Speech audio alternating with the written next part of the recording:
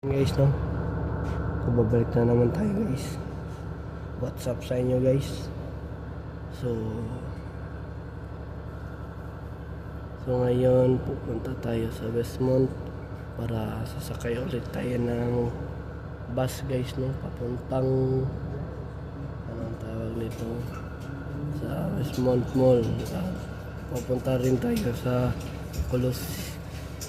sa Edmonton Chess Club guys. So mamaya hindi muna tayo kakain ng ice cream guys, kasi para mawala itong paos ng boses natin.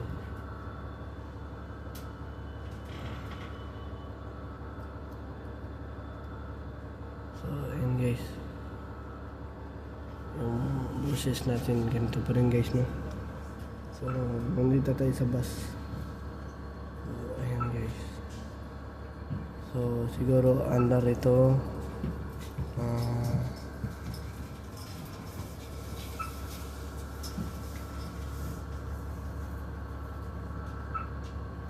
ngayon guys.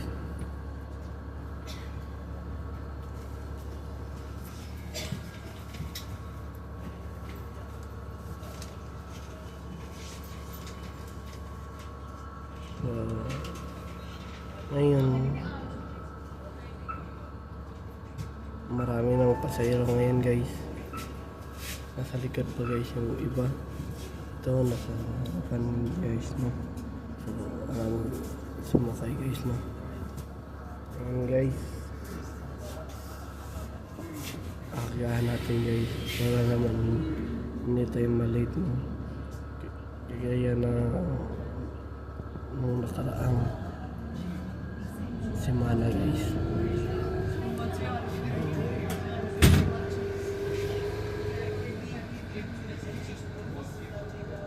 So bigyan ko na lang kayo ng tips guys kung mag criminology kayo guys sa COC Cagayan de Oro College. So hindi naman mahirap yung training ng ROTC guys, kasi guys nakasurvive ako guys, no.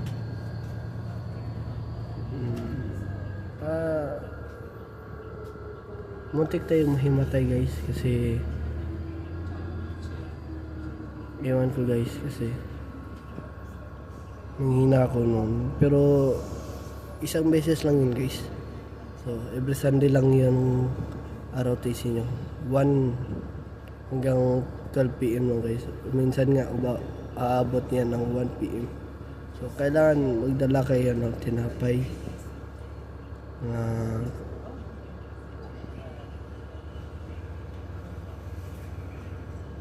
kahit talang tinapay yung dalhin nyo guys, at magdala rin kayo na 1 liter na tubig. So kahit teacher spring tumbler nyo, so yan guys, punuin nyo lang yan guys. Kailangan uminom kayo sa Sabado ng gabi ng maraming tubig, water therapy guys, para pagkabukas hindi kayo mahimatay. So yan naman.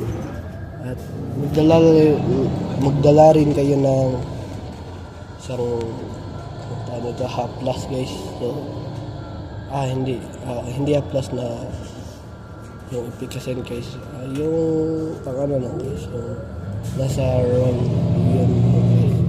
So papakita ko yung halimbawa guys, no? So ito yung dadalhin nyo guys, nasa busok kasi guys. So ito lang yung dalhin nyo guys, no. Wait lang guys. Ayan. So ayan guys, no. Ito lang yung dalhin nyo guys, no. So ganito lang guys.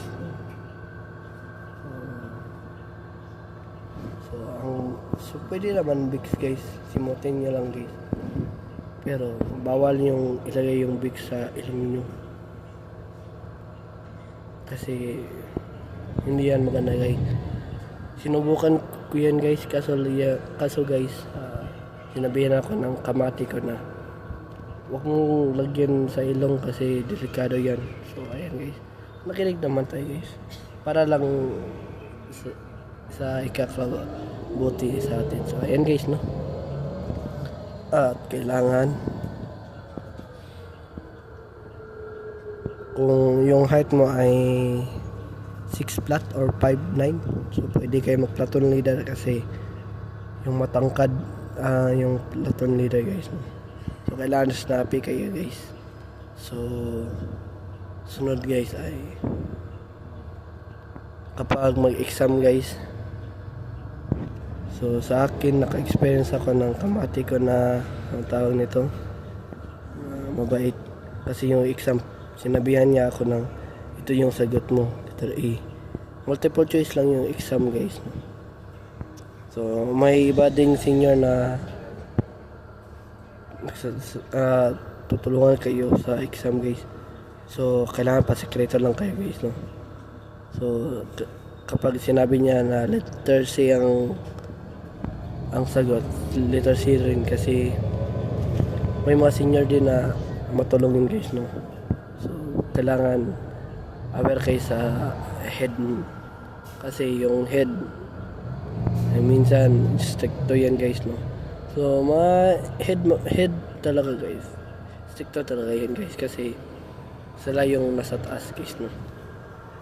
So kung baka sa politika sila ay president, so ganyan guys. So ayan guys. So kung mag-aaral kayo sa Pinmak Cagayan de Oro College guys, may Mr. Palakasan din yan guys. So hindi palakasan na palakasan ng katawan guys, no? Yung kung baka parang barangay Guapo 2013 ganyan guys. So maraming event sa Pinmak Cagayan de Oro College guys. So far sa experience ko guys, no, sayang lang guys, second year first sem lang tayo guys, no? Pero at least umabot tayo sa second year guys. So may P1, P2, P3 dyan guys. Yung P1 at P2 kahit konti lang yung grades nyo, okay lang yan guys, as long as babawi kayo sa P3 sa final. So kapag may bagsak kayo guys, pwede naman yung balikan guys, o pwede nyo yung klasihan guys, no? Magsabi lang kayo sa instructor sa criminology department guys na mag-a-add ako ng subject na ganito, so pasukan nyo yan guys. So kailangan babawi kayo guys. So ako nga guys, next year plano kong mag-aaral ulit sa COC, sa Pinmak Cagayan de Oro College guys. So babalikan ko yung back subject ko guys, back subject yung tawag niyan guys. So ayan guys, no. So kaya ko kayo binigyan ng tips para rin yan sa inyo guys, para hindi kayo matulad sa iba guys. May kaklase nga ako guys na nag-quit siya sa criminology kasi nilalait siya guys, kasi sa kulay ng balat niya guys, maitim talaga siya guys, no? So hindi ko naman siya gina-judge guys, pero yan kasi ang sinasabi ng tao. Tapos maliit siya guys, no? So kung may mga tao talagang nanghusga sa height mo so pasensya na guys, napapaos yung boses ko. So ayan guys, so may iba rin guys na may incomes rin guys, no? At sa February guys, may event din guys na kalimutan ko yung tawag mo yun. Kalimutan ko na guys. Magtanong na lang kayo sa Criminology Justice guys. Sa Criminology Department guys. So yan lang guys. At may iba pa guys. No, kapag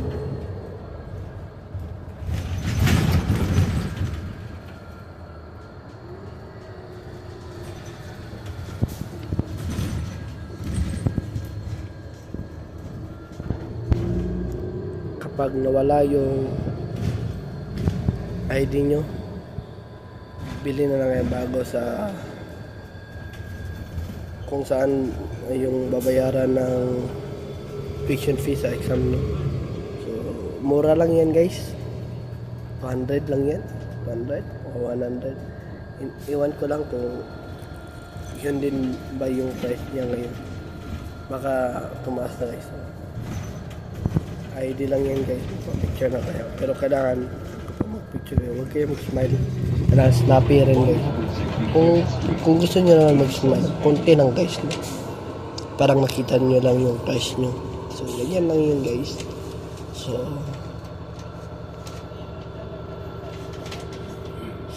at may tips pa ako guys, kapag may one whole sheet, may yellow paper kayo guys na one whole, huwag kayong maglalabas ng isang pad guys, kasi maraming klase na nanghihingi guys, no? So para sa experience ko guys, ako na rin guys, naka-experience na rin ako dati guys, no? So may yellow pad ako guys, hinihingaan ako guys, no? So ayun guys, may pera sila guys na panggala, pero wala silang pambili ng yellow paper. Ako nga may panggala ako, bumibili na naman ako ng yellow paper guys. Mura lang yung yellow paper guys. Sa Aurorama 50 lang yan, 55 or 45. So nasa ganyan lang yung presyo guys. So, ayun guys, yung presyo rin ng ballpen ay 10 pesos lang. So sa mga tindahan kayo, bibili wag kayo sa Aurorama. So kasi mahal dyan guys. So kailangan yung patakaran sa sipsik ngayon, bawal na mag-dive fit, kasi iwan ko kung bakit iba kasi yung rules dyan guys. So kailangan makinig tayo sa senior natin, kasi para rin yan sa ikakabuti natin. Pasensya na guys na bubulol tayo guys. So ayan guys, kailangan snappy tayo parati guys. Kapag may senior na dumaan sa ating harapan, mag-side step tayo guys, no? Kung hindi ka mag-side step guys, masi-masi talaga yung aabutin mo guys. Ayan guys, so kailangan huwag kayong malate sa klase nyo, kasi may senior na nagmamasi-masi sa inyo guys. So kailangan on time guys, no? Para hindi na kayo mag-marcher guys, na magtapik-tapik.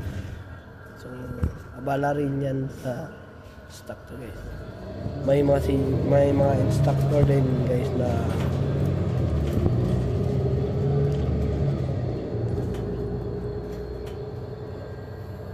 mayabang guys, no? Sa COC. So porket senior sila guys, ganyan na yung asta nila guys, no? Hindi ko naman sila news yan guys, pero hindi naman ako nagagalit sa kanila guys, pero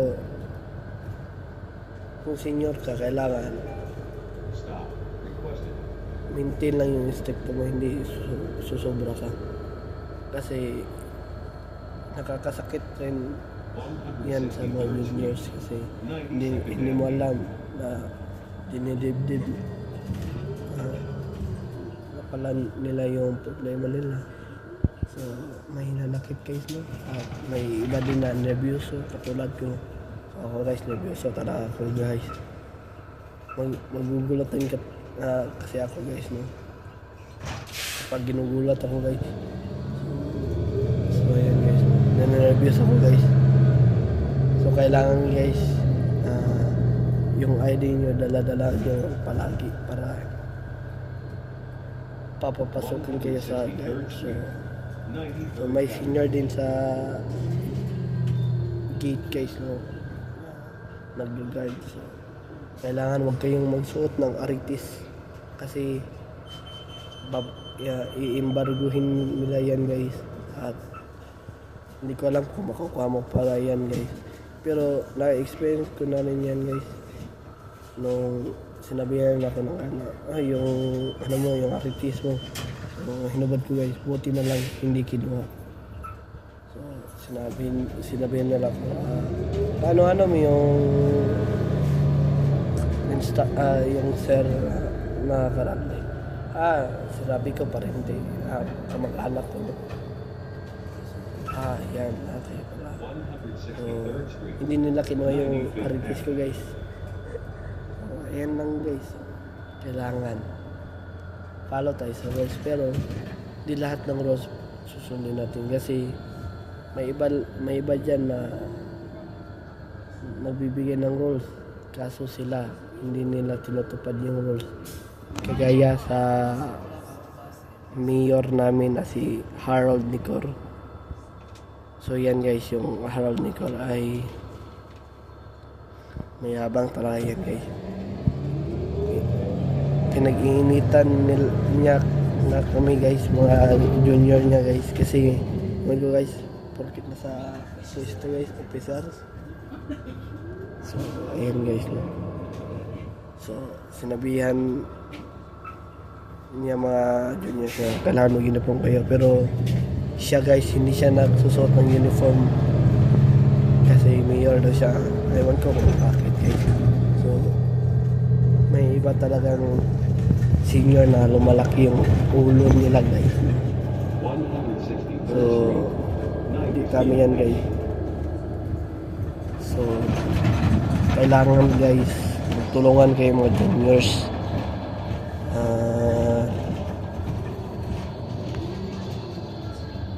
At lalo na sa general, ewan ko kung makalimutan ko yung pangalan sa general sa crime, sa head. So kalimutan ko na guys sino yung kung sino yung guys ko, anong pangalan yun, yung apelido niya guys, nakalimutan ko na rin guys.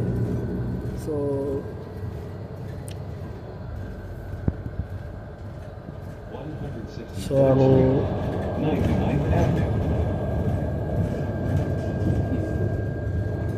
ewan ko kung nandun pa ba yung may sakit sa utak si Brian Dark Morelio. So yun guys no, sabi niya sa akin dati guys no, na pagka second year guys sinabi niya ako na babarilin niya daw ako guys. Kasi ewan ko guys, kasi no, ewan ko, may sakit kasi yun sa utak, kasi spoiled brat kasi yun guys. Sinabi ko sa sarili na kung makakaabot ka ng second, so ganyan lang yun guys. So sabi sa akin na hayaan mo na lang yan para hindi ka masimasi at mapagalitan. Kasi guys, yung ugali niya kasi guys ni Morelio hindi criminology guys, kundi criminal guys. Kasi palagi siyang nagsisend ng video na hindi ka nais no sa GC guys. Ewan ko kung bakit hindi siya pinapagalitan ng mga senior siya. Pero baka pinagalitan siya. Hindi lang pinagalitan na sobra guys. Kasi daw yung siya dati nursing siya. Pero ewan ko bakit pumasok siya sa criminology. Tapos pupunta yan ng ibang platoon team guys no. So yung apelido ay nagsisimula sa C, pupunta kayo sa sino, sa Charlie. So Alpha, Bravo, Charlie, Delta, at may E pa pala kayo, E, Echo. So ganyan lang yung guys no. At may silent L din sa platoon guys no. Ako nga guys, palipat-lipat ako guys kasi yung pangalan ko guys palagi ding lipat guys, no? Nilipat. Ewan ko kung sinong nagsulat nun. So ako kasi guys, 160th Street, Stony Plain Road. ewan ko guys, kapag nagsusulat ako guys, hindi naman sa pangalan guys, kasi may pangalan din siya guys, per man na lang yung kulang guys. So ayan guys, no?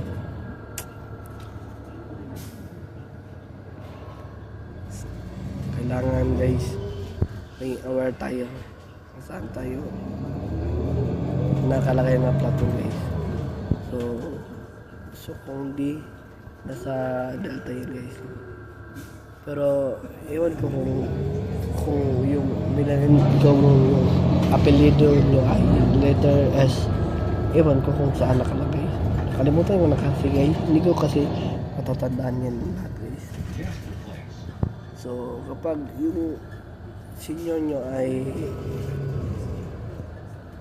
bawat platoon team may senior yan guys, may platoon leader din guys. Kapag wala yung senior, yung platoon leader yung gagalaw. Pero kapag wala yung platoon leader nyo at nasa taas, yung senior nyo pupunta dyan, or kailangan may platoon leader kayo na halili.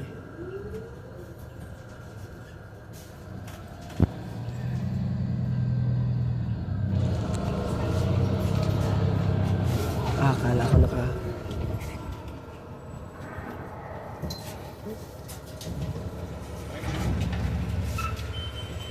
wait.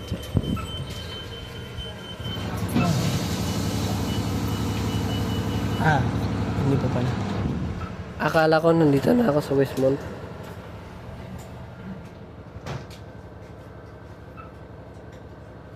Hindi pa.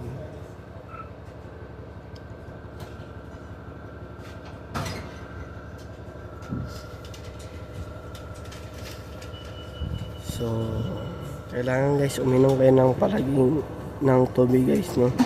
Water therapy guys. So swerte kayo guys kapag nasa panghapon yung klase nyo. At advice ko lang sa inyo guys, no? First year guys, kailangan sa last kayo magpa-enroll guys. Kapag malapit na matapos yung enrollment.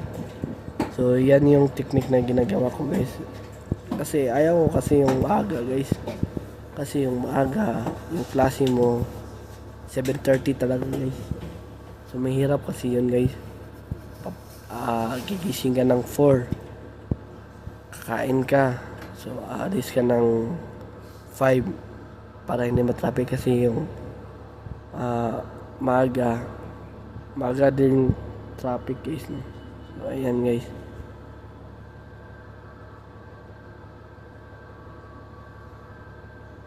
So iwan ko lang guys kung magkano na yung pamasahe sa jeep sa Pilipinas guys, no?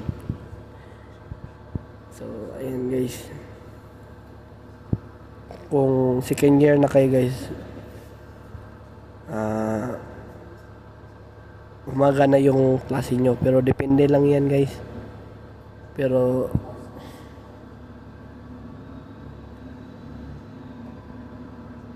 kung gusto nyong anong tawag nito, kung gusto nyo yung klase nyo ay panghapon, maaga na lang kayo guys, kasi sinubukan ko talagang magpalas ng enroll guys para panghapon yung klase ko, pero sa kasamang palad guys umaga rin yung klase ko guys. So kailangan maaga kayo guys, no? So halimbawa 15 yung enrollment, so 15 rin kayong enroll guys para maaga talaga guys, no? So ganyan lang yan guys. So sa mga gusto pa ng tips sa criminology, panoorin nyo lang ito, no? Itong vlog ko guys. Dito muna matatapos yung vlog natin guys. So update ka na lang kayo mamaya sa Edmonton Chess Club. So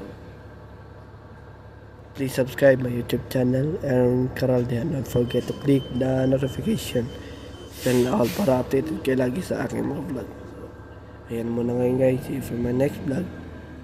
Have a wonderful day and have a nice day. See ya. Bye bye.